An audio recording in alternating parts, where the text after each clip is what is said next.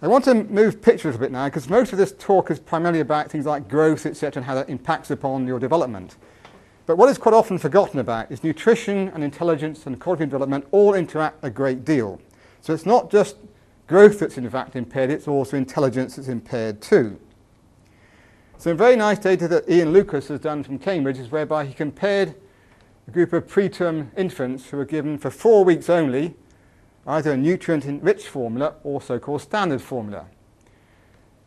Nothing else happened to them in particular. They were then, after that period, they were just left, and they were measured for their IQ when they were at 8 years of age. The nutrient-enriched children were, on average, 8.3 IQ points higher than the children who just received standard formula. These are all, of course, age-matched and also matched for socioeconomic status too. There is a myth which says that if you breastfeed babies, they'll have higher IQs than if you formula feed them.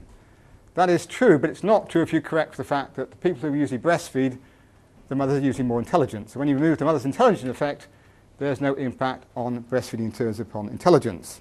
But there are benefits besides, because breastfeeding in fact lowers the risk of coronary heart disease and also high blood pressure too in adulthood.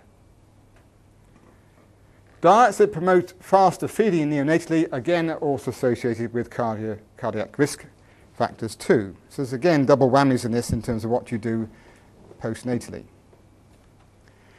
We've had very little data until recently as to what impact there is in later life of preschool nutrition. And this year and last year, data were presented initially from the INCAP study in Guatemala, which compared two groups of children, those given a high protein energy drink and those just given an ordinary flavoured drink, basically carbohydrate. And this just shows you in terms of age groupings the increased calorie intakes from those two types of drinks. 25 years after the intervention ended, you could then show that the school attendance and grading by women was higher by 1.2, not in fact for men, but only for women.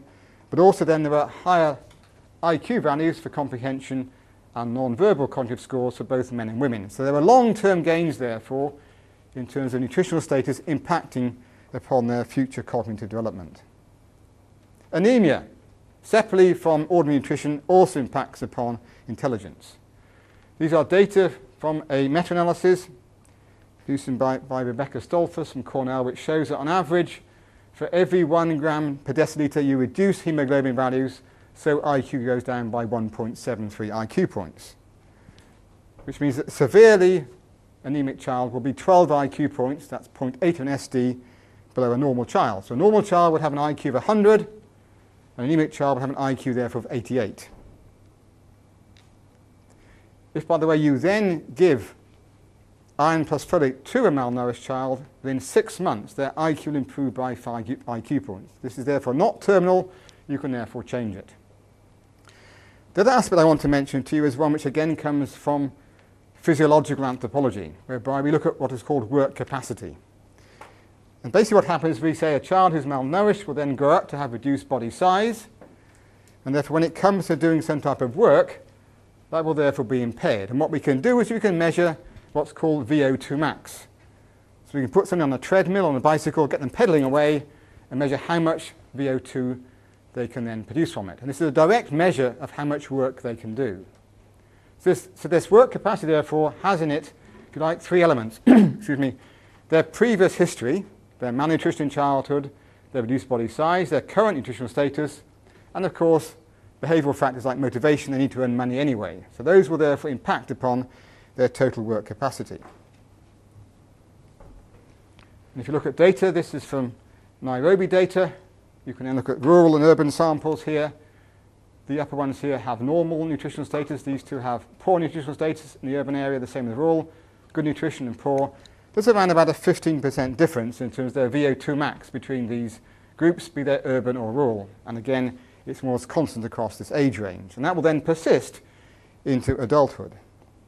Which means therefore, if you take 3 groups of well-nourished individuals here, these are the 3 groups here, and this is the cost, the O2 cost of doing that task, compared to an undernourished child over on the right-hand side, you can see therefore that the well-nourished individuals, they have to work, if they're very well-nourished, at 50% of O2 max, or 60% of O2 max, or 75% of O2 max.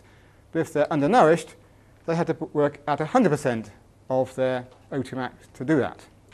None of us, even if we're a fantastic athlete, can work at more than 40% of VO2 max, okay, over an 8-hour period. So this poor individual here, therefore, cannot work at that rate for more than at maximum a short period of time in any 8-hour stint, which means therefore they're going to therefore suffer from reduction in terms of wages because of that.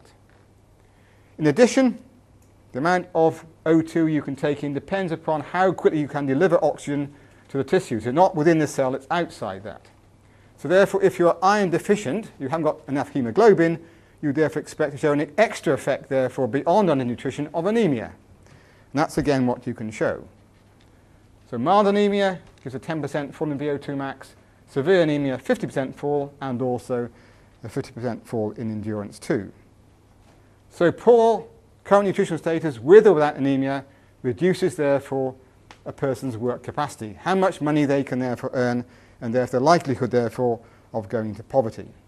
But again, if you give them some form of iron supplementation with or without folate, you can again get dramatic improvements in their VO2 max over, as you can see here, a 3-month period. Again, this is not fixed. One can change it by giving them some degree of supplementation.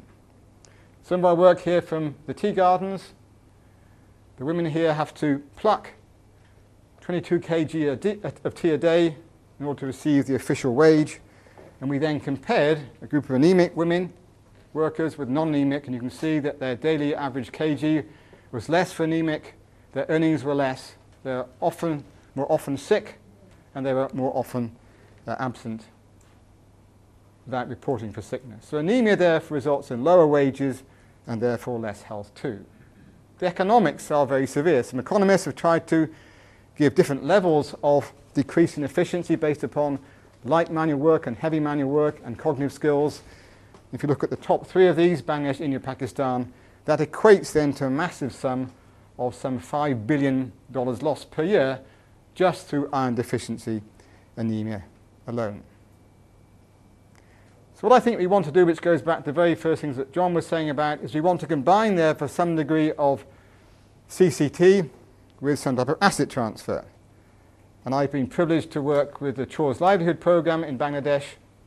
These are some pictures of the chores here. This is these land masses which are thrown up by the Jamuna River. Of course, they lead to quite large amounts of erosion and, of course, flooding. And as John said, we give them various assets, livestock. We build plinths to raise them above the floodplain, a vegetable garden, latrines, etc. And this is a picture of one of the plinths that was being built here. So this is therefore will be above the floodplain, the house, the garden, the shed, the cow, etc. And what we've been doing is various nutritional surveys. And last week we did the results of the rigorous surveys we've been doing, whereby we've been looking at 2,500 kids, measuring their nutritional status and comparing then earlier and late recruits. So those who recruited early into the program, those recruited late. And you can show very significant differences between early and late recruits. So those who were recruited earlier in the first 2 years of this 4-year program had, as you can see here, 5.7% less stunting and also over 5% less underweight, with no nutritional supplementation whatsoever in that program.